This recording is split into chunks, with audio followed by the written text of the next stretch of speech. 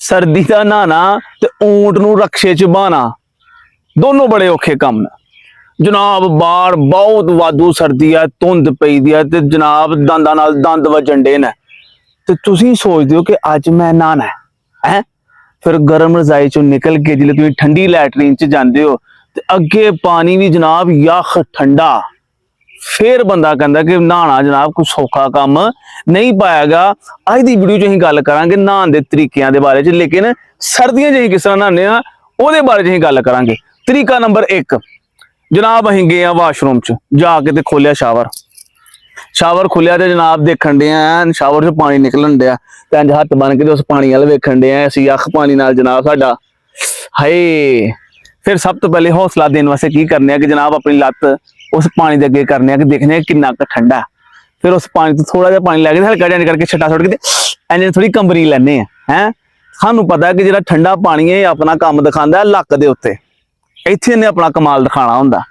खैर फिर जनाब असीं शावर के थले हो के ते पूरा जिसम गिला करने ते साबन ला लेने ते नसीब कई बारी माड़े हुंदे ने ते जनाब साबन अखां च पै जांदा। वो शावर की टूटी लभना मुश्किल हो जाता यार है। लेकिन ऐसी ठंड च बंदा नहाने के बावजूद बंदे के ज़हन च एक ही गल आती कि यार मैं साबन ला तो लिया पर लावांगा किस तरह। तरीका नंबर 2, तुसीं गए वाशरूम च ते जाके जनाब टप भर लिया। हुण टप पानी का भर लिया तो पानी है फुल ठंडा। कई लोग तो जनाब डोंगे का हैंडल फड़ के उस पानी च डोंगा घुमाते रहते हैं। फिर अचानक पता नहीं की हुंदा दिल च की सोचना कि ऐन डोंगा फड़िया फिर 10-12 डोंगे जनाब उत्ते सुट के फिर ही साह मार देना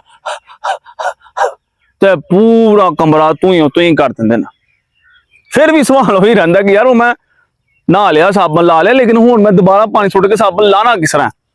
इस जगह ते मेरे ज़हन च वो अजीम अच्छे प्यारे और मयारी किस्म के लोग आए ने जिहड़े मुआशरे के आला फनकार ने। वो कैसे लोग ने यार कि सुकून ना मुंडे ते तौलिया पाते हैं ते जाके बेसन ते खलो के सुकून नाल सिर धो लिया ते मजाल है कि जनाब एक पानी का कतरा भी जनाब अपने जिसम डिग्या होए नहीं डिगन दिंदा और ताज़ा दम भी लगते हैं। वो ने असली फरकार जिहड़े जनाब ठंड तो भी अपने आप को बचा लिया तो सोहने भी लगन डे ना।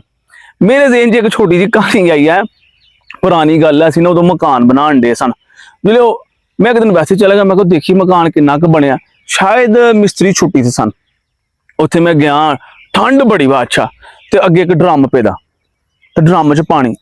मैनू पता नहीं की होया की मेरे ज़हन च आया, मैं सुकून नाल कपड़े लाए घर कोई नहीं ड्रम च छाल मार ड्रम च जिले छाल मारी तो बादशाह पानी इन्ना ठंडा मैं बड़ी औखी जनाब बाहर निकल आया।